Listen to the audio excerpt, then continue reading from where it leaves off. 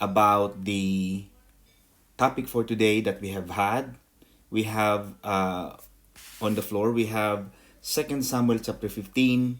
This is about the rebellion of Absalom. And I think before we begin, Sister Elaine had a question earlier on, and she was talking, where was God? Why did God allow it? Did God allow it? That's the first question, Sister Elaine. Did God actually allow Absalom to do what he did? And the answer is maybe not. Because if we go back again, Sister Elaine, on the date of the creation, God gave us the power of choice. God cannot stop. He could, if he wanted to, because he is God. He can do anything. But the one thing, the most sacred thing that God offered men is the power of choice. He has given us the capacity to choose. And for that reason, that will answer our question, why do bad things happen to good people? Why do bad things happen to good people? Because normally the normal dogma of, or the usual mantra of people, of the philosophy, is that when a person is good, is doing the right thing, then the good thing will happen. Palaging ganyan. Pag maganda, mabuti, tama ang ginawa, dapat tama rin, maganda rin ang bunga. Not necessarily. It doesn't guarantee. Kaya minsan nagtataka tayo bakit may mga masasama ang buhay, masasama ang ginagawa, pero nagtatagumpay. May mga tao namang napakabuti, napakagaling, napakabait, pero hindi maganda ang kinalalabasan. But why did Absalom manage to do what he wanted to do? Where was God? God was there. God was stuck to that gift, the power of choice. So Absalom managed to do what he did. When people were talking about where was God during the 9/11, there were many people who died. The United States of America, the epitome of the superpower. Why did these Muslim people manage to do what he did, or what they did? Where was God? God was there. God was looking while things happened. Could he stop it? Yes, he could. But the moment God stops everything that happens to everyone, then everything will be just in accordance to the works of God. And the tendency will be, Sister Elaine, that the tendency, if something bad happens or something, because the bad things is sometimes subjective to one's definition or standard. What bad thing to you may not be bad thing to me.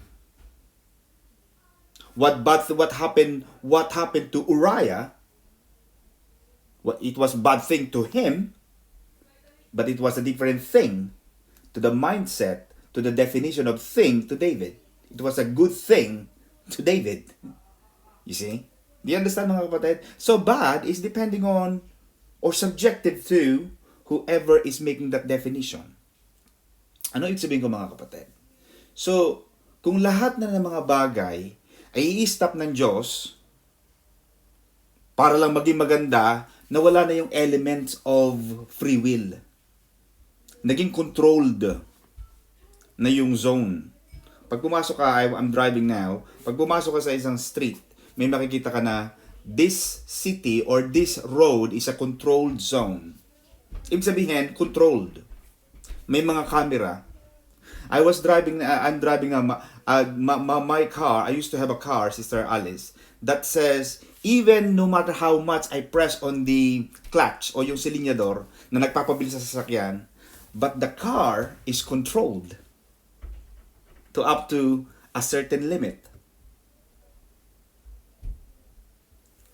So kapag ginalaw na ng Diyos, Sister Elaine, yung ating free will, yung ating capacity to choose or power of choice, then lahat ng bagay, pwede na nating isisi sa Diyos.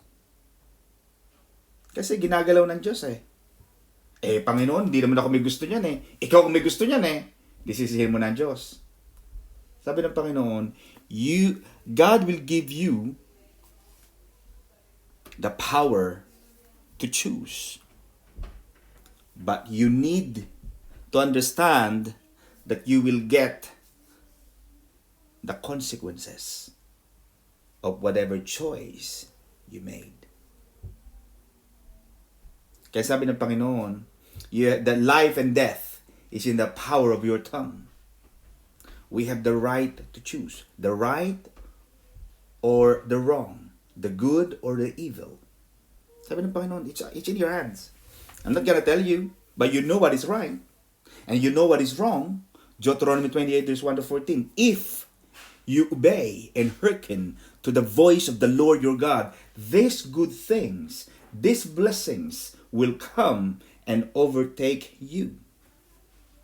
If you hear, if you listen to the voice, if you do the commands of God, these are the good stuff. But the moment you disobey, from chapter 28 verse 15 to 60 something 4, God says, then all these curses will come and overtake you. So laging ganun ang buhay, Sister Elaine. There's always the if. Kaya Absalom managed to do what he did. God could stop it if he wanted to, but in this occasion, God did not use his power to do it. That's why, Sister Elaine, there is a thing called miracle.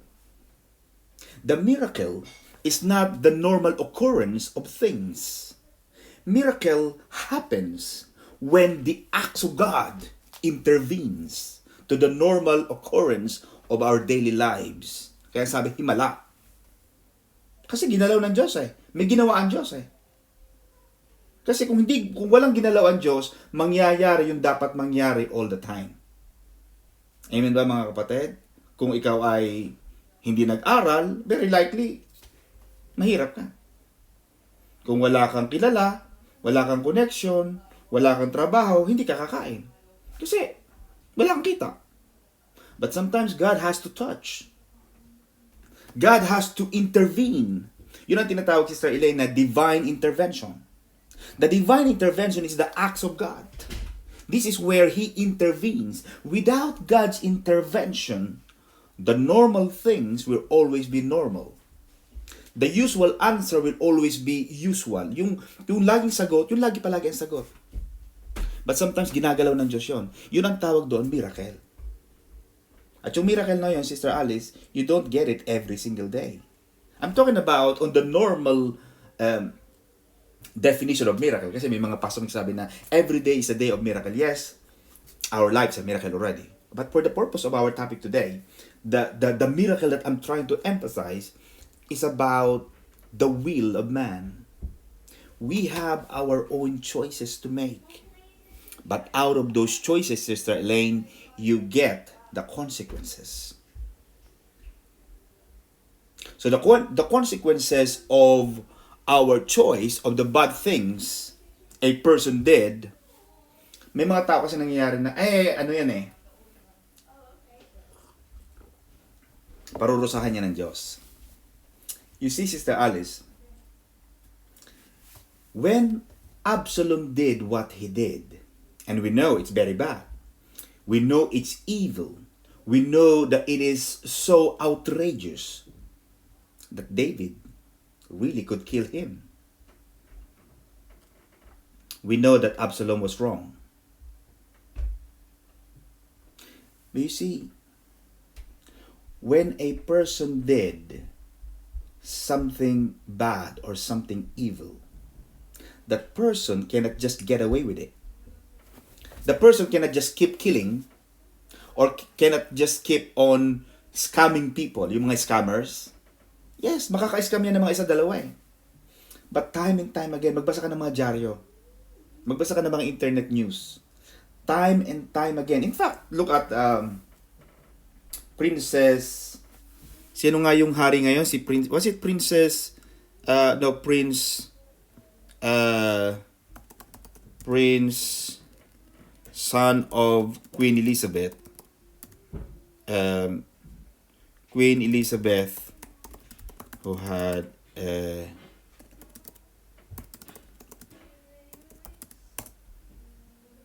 Prince Andrew.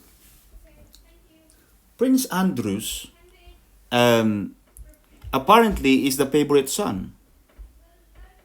He's the favorite son.